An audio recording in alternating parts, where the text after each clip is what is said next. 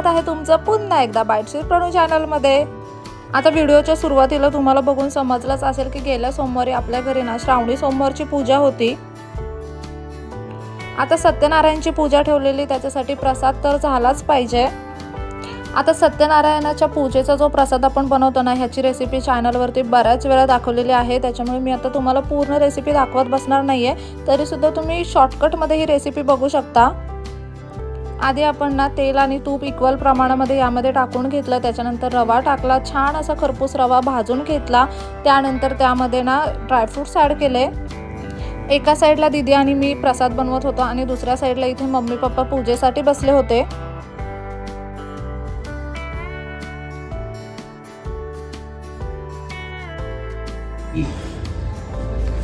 गंधावर अक्षता वहा, अक्षता सुंदरा शुभ्रा कुंकुमेन विराजिता, मया निवेदिता भक्त्या ग्रहण परमेश्वर हरद वहा, हरिराम समर्पयामी।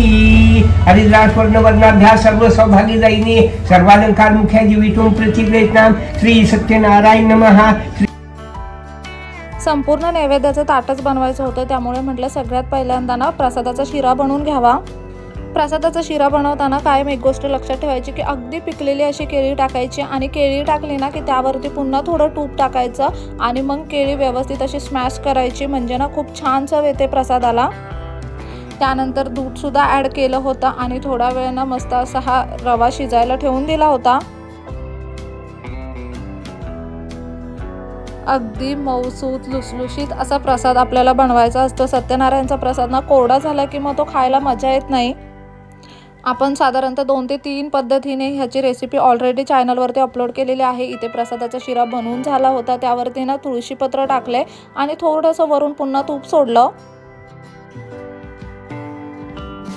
पुरणपोळ्या बनवायच्या होत्या, त्याच्यासाठी इथे ना मैदा आणि गव्हाचं पीठ मिक्स करून पीठ मळून घेतलं आणि पुरणाची तयारी सकाळीच करून ठेवली होती। पूजा संपल्यावरती नैवेद्य दाखवायचा होता, त्यासाठी ना फक्त नैवेद्याला लागेल इतकाच भात केला होता।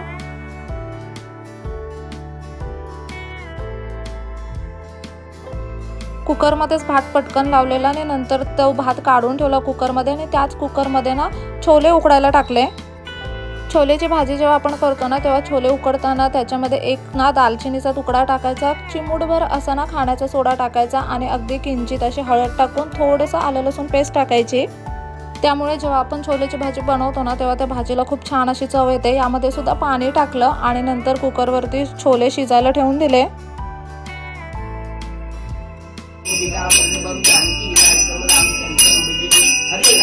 राम राम राम हरे हरे, हरे कृष्ण कृष्ण कृष्ण हरे हरे।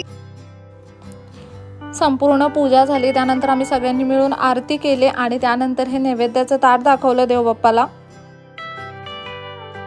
भरपूर असे पदार्थ होते नैवेद्याच्या ताटामध्ये। सगळ्यात पहिल्यांदा तर पुरणपोळी होती, कोशिंबिरी होती, छोलेची भाजी केलेली, मेथीची भाजी होती, त्याचबरोबर भजी, कुरडई, पापड होते, भात होता, कटाची आमटी सुद्धा होती। पण इथे भातावरती ना थोडंसं दही, तूप आणि साखर टाकलेली तुळशीपत्र ठेवलेलं आहे, त्याच्यामुळे कटाची आमटी काही इथे ताटामध्ये ठेवली नाही।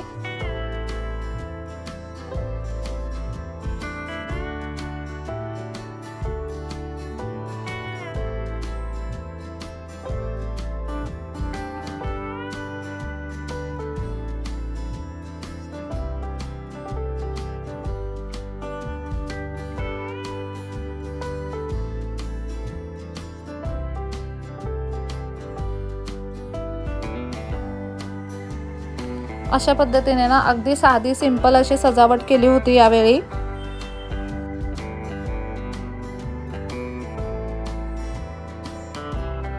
दरवर्षी पूजा मोठी असते, पण यावर्षी ना अगदी घरच्या घरीच पूजा करायचं ठरवलं।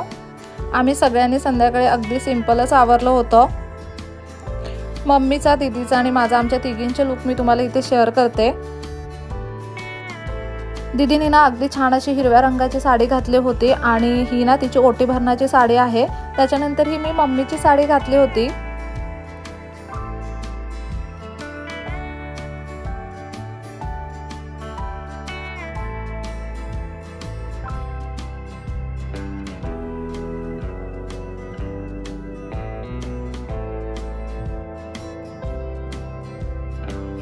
खूप जास्त गडबड नसल्यामुळे ना अगदी निवांत सगळा कार्यक्रम पार पाडला।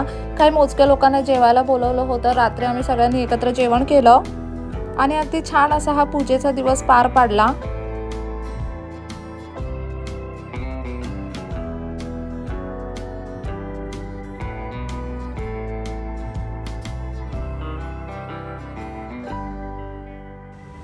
चला तर मग कसा वाटला आजचा व्हिडिओ ना मला कमेंट करून नक्की सांगा। नेक्स्ट व्हिडिओमध्ये भेटूया, तोपर्यंत मस्त खा, भरपूर फिरा आणि आनंदी राहा।